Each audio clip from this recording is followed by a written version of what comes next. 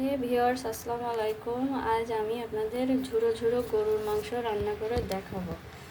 এটা আগে থেকে পেঁয়াজ, রসুন, আদা সমস্ত মশলা দিয়ে এটা আগে প্রেশার কুকারে দিয়ে সিদ্ধ করে নিয়েছি। তারপরে এটাকে আস্তে আস্তে এইভাবে সব ছাড়িয়ে নিয়েছি। সময় স্বল্পতার কারণে এটা আমি আগে থেকে করে রেখেছি।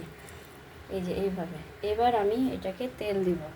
তেল দিয়ে ঝুড়ো ঝুড়ো করে মাংস রান্না করব। দেখবেন খুবই সুন্দর। এটা গরুর গোশত দিয়ে হয়। আজ আমি গরুর গোশত দিয়ে করছি। মুরগি দিয়ে হয় এবং খাসি দিয়েও হয়।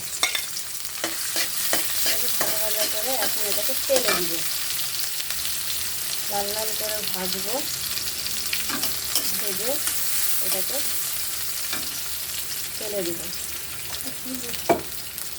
এবং একটু মেথিও দিব তার সাথে, আরও সুন্দর ঘ্রাণ হয় এবং গন্ধটাও বেশ হয়। খুবই আর গ্রামের মানুষ অনেক সময় এই মাংসটাকে শুকায় নেয়। আগে শুকায় নেওয়া ছিল, সেটাকে ঝরঝরে করে মাংসটাকে এইভাবে রেঁধে তারপরে রান্না করা হয়। গ্রামের মানুষ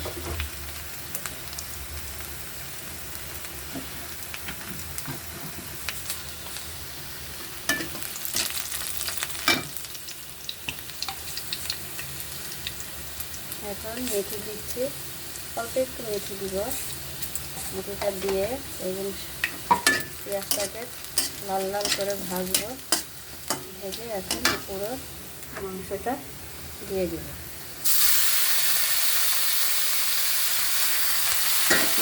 এটাকে বলে ঝাড়া গরুর মাংস।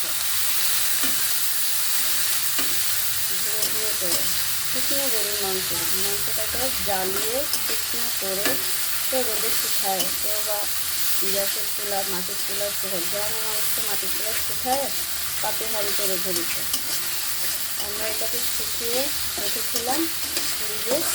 পরে এটাকে মশলা দিয়ে সিদ্ধ করে রান্নার মতো করে এখন এটাকে তেলে দিলাম। যদি ভালো লাগে খেয়ে দেখবেন এবং শেয়ার করবেন, সাবস্ক্রাইব করবেন। এটাকে কোনো পানি কোনো কিছুই দেওয়া হবে না, ঠিক এরকম করেই রান্না করা হবে।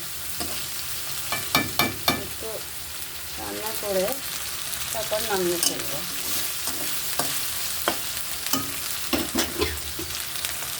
কালারটা এরকম হয়ে আসছে, খুবই সুস্বাদু।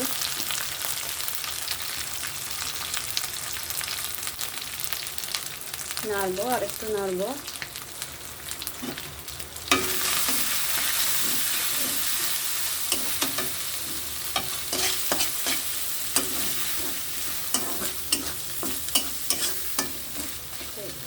এবার নামিয়ে ফেলবো।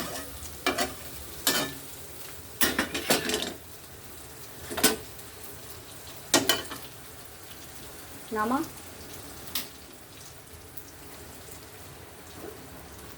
নামাবো খেতে? হ্যাঁ, এটাই নামিয়ে ফেলবো।